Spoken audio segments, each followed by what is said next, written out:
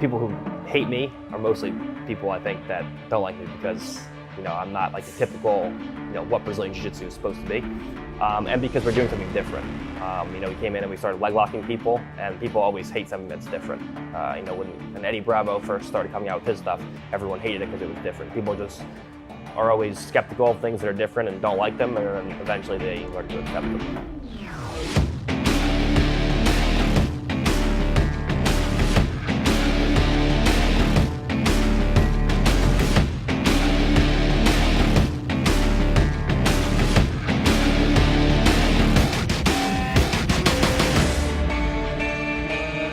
My work ethic wasn't where it should have been, and the person who really pushed me to up my training schedule was Gary. I wouldn't train on weekends, and then when I got to purple belt, constant harassment from Gary about why I'm not taking all the training sessions, finally got me to go in and train, as much as I should be training weekends, doing double sessions a day, and really, doing all the sessions that Gary was doing at the time. And then, as I started to get, more, established in jiu-jitsu, in the competition scene, it was me just wanting to go out and crush everyone.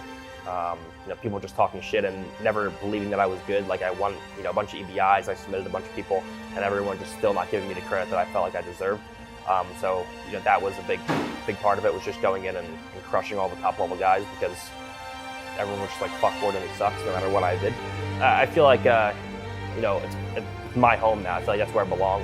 On the biggest stages, there's no one really doubting me anymore, which, I like when people doubt me as well, but I feel comfortable in there. I feel like, I'm the guy to beat.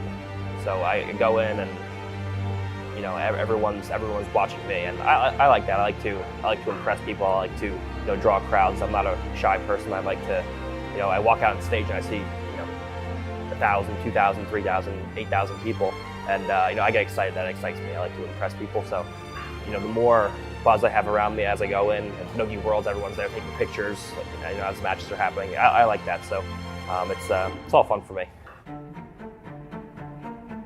It's funny to me with top-level competitors, never complain about anything when the advantages are in their favor. But the second that the advantages are in their opponent's favor, that's the end of the world. That's why I pride myself on just always fighting anyone, no matter what the rule set, at any time. People say I don't do gi, I don't do this, I do that. There hasn't been a single black belt in history that has won successfully, consistently, in more rule sets than I have. People always talk about, they don't want to do EBI rules because, their opponent starts with an advantage, they get to start on your back and this and that.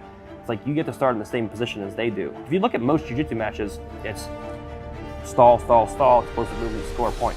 When you actually put these guys in static positions and you force them to actually do jiu-jitsu, you actually see how much they actually know. It's usually not that much. People always, make excuses that they don't want, me to have advantages or blah, blah, blah, blah. But I never have a problem with anyone outweighing me by, 50, 100 pounds, having, 10 years more training than me. Never an issue for me. I think that having a legacy is the most important thing.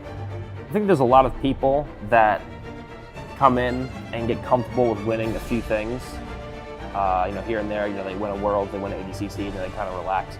I want to take more of a Georges St-Pierre route, where I come in and I dominate the sport for a decade or more. When I go out, I want there to be no question that I was the greatest of all time.